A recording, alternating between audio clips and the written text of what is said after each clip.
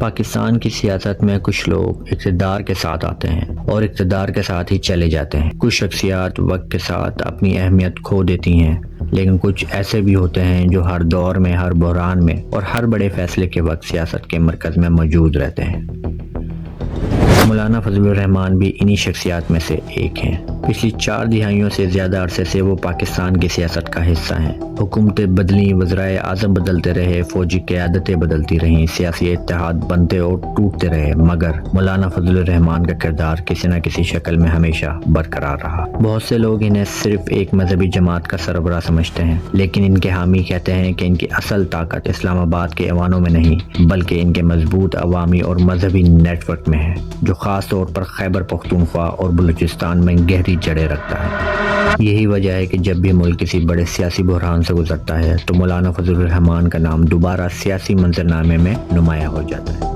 ہم پاکستان کو محبت اور اخوت دینا چاہتے ہیں۔ مولانا فضل الرحمان کی سیاست کو سمجھنے کے لیے صرف اسلام آباد کو دیکھنا کافی نہیں، ان کے اثر و رسوخ کو سمجھنے کے لیے ان علاقوں کو بھی دیکھنا پڑتا ہے جہاں ریاست کی موجودگی کمزور محسوس ہوتی ہے، لیکن مذہبی اور سماجی نیٹ ورک آج بھی بے حد مضبوط ہے۔ ان کے حامیوں کا کہنا ہے کہ مدارس کا یہ نیٹ ورک صرف مذہبی تعلیم تک محدود نہیں، بلکہ مقامی آبادی کے ساتھ مسلسل رابطے کا ایک ذریعہ بھی ہے۔ اسی لیے جب بلوچستان یا خیبر پختونخوا میں امن و امان، دہشت گردی یا ریاستی پالیسیوں پر بحث ہوتی ہے تو مولانا فضل الرحمان کی رائے کو نظر انداز کرنا آسان نہیں ہوتا۔ وہ 1 یا 2 چوکیوں کو عبور کر کے کوئٹہ پہنچتے ہیں، اور کوئٹہ سے لے کر شام اور کوہستان تک 250 چوکیاں ہیں، ان کو عبور کرنا کیا وہ بھی افغانستان کی ذمہ داری ہے؟ حالیہ برسوں میں انہوں نے بارہا کہا ہے کہ صرف فوجی آپریشن مسائل کا مستقل حل نہیں ہو سکتے۔ ان کے مطابق اصل حل سیاسی مکالمہ، عوامی اعتماد اور آئین کے مطابق فیصلوں میں ہے۔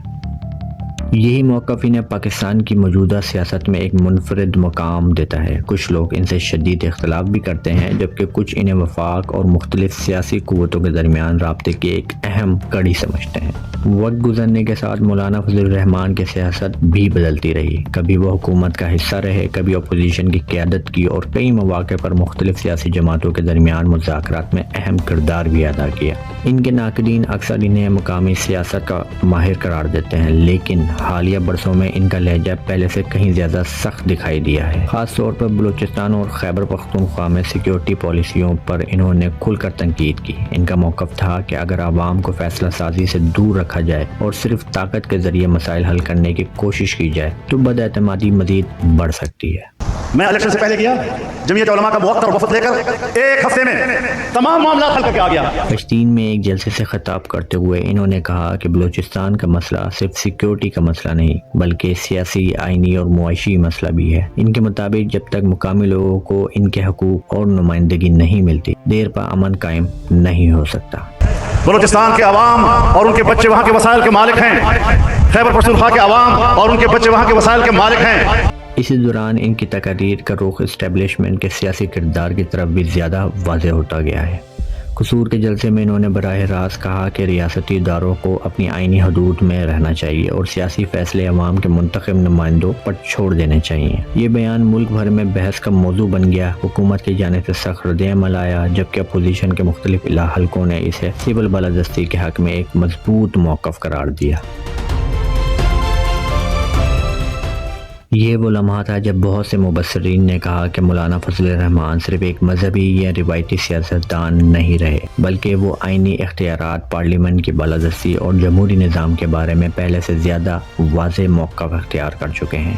ان کے حامی اسے اصولی سیاست کہتے ہیں، جبکہ ناقدین اسے سیاسی حکمت عملی قرار دیتے ہیں۔ لیکن ایک حقیقت سے شاید کوئی انکار کرے، 4 دہائیوں بعد بھی پاکستان کی سیاست میں مولانا فضل الرحمان کا نام آج بھی بحث کا مرکز بنتا ہے۔ مولانا فضل الرحمان کی سیاست کو صرف مخالفت یا حمایت کے زاویے سے نہیں دیکھا جا سکتا۔ ان کے پورے سیاسی سفر میں ایک بات بار بار سامنے آتی ہے، وہ ہر بڑے بحران میں خود کو ایک آئینی اور سیاسی کردار کے طور پر پیش کرتے ہیں۔ ان کا کہنا ہے کہ ملک کا ہر مسئلہ آئین کے دائرے میں رہ کر حل ہونا چاہیے۔ طاقت وقتی ہو سکتی ہے، لیکن آئین اور عوام کا مینڈیٹ ہی کسی بھی ریاست کی اصل بنیاد ہوتے ہیں۔ جب ملک میں آئینی اور سیاسی کشیدگی بڑھی تو مولانا فضل الرحمان مختلف جماعتوں کے درمیان رابطے اور مذاکرات میں بھی سرگرم نظر آئے۔ ان کے حامی کہتے ہیں کہ ایسے مواقع پر انہوں نے سیاسی درجہ حرارت کو کم کرنے میں کردار ادا کیا، جبکہ ناقدین اسے ان کی سیاسی مہارت قرار دیتے ہیں۔ شاید یہی وجہ ہے کہ 4 دہائیوں بعد بھی ان کا نام پاکستان کی سیاست میں اہمیت رکھتا ہے۔ کئی سیاستدان اقتدار کے ساتھ ابھرتے ہیں اور اقتدار ختم ہونے کے ساتھ منزل سے غائب ہو جاتے ہیں، لیکن کچھ شخصیات وقت کے ساتھ ایک سیاسی ادارے کی شکل اختیار کر لیتی ہیں۔ مولانا فضل الرحمان انہی شخصیات میں شمار ہوتے ہیں۔ ان کے ناقدین آج بھی ان کی حکمت عملی، سیاسی فیصلوں اور اتحادوں پر سوال اٹھاتے ہیں۔ ان کے حامی انہیں آئین، پارلیمنٹ اور سول بالادستی کی آواز قرار دیتے ہیں، لیکن ایک حقیقت سب تسلیم کرتے ہیں: پاکستان کی سیاست کا کوئی بھی بڑا باپ مولانا فضل الرحمان کا ذکر کیے بغیر مکمل ہی نہیں ہوتا۔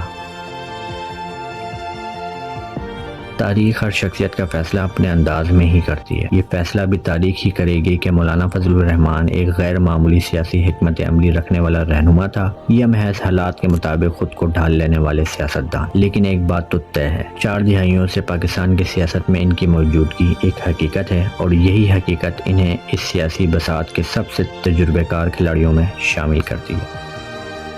اگر آپ کو میری یہ ویڈیو پسند آئی اور میری یہ ریسرچ آپ کو پسند آئی تو مجھے لائک کریں، فالو کریں،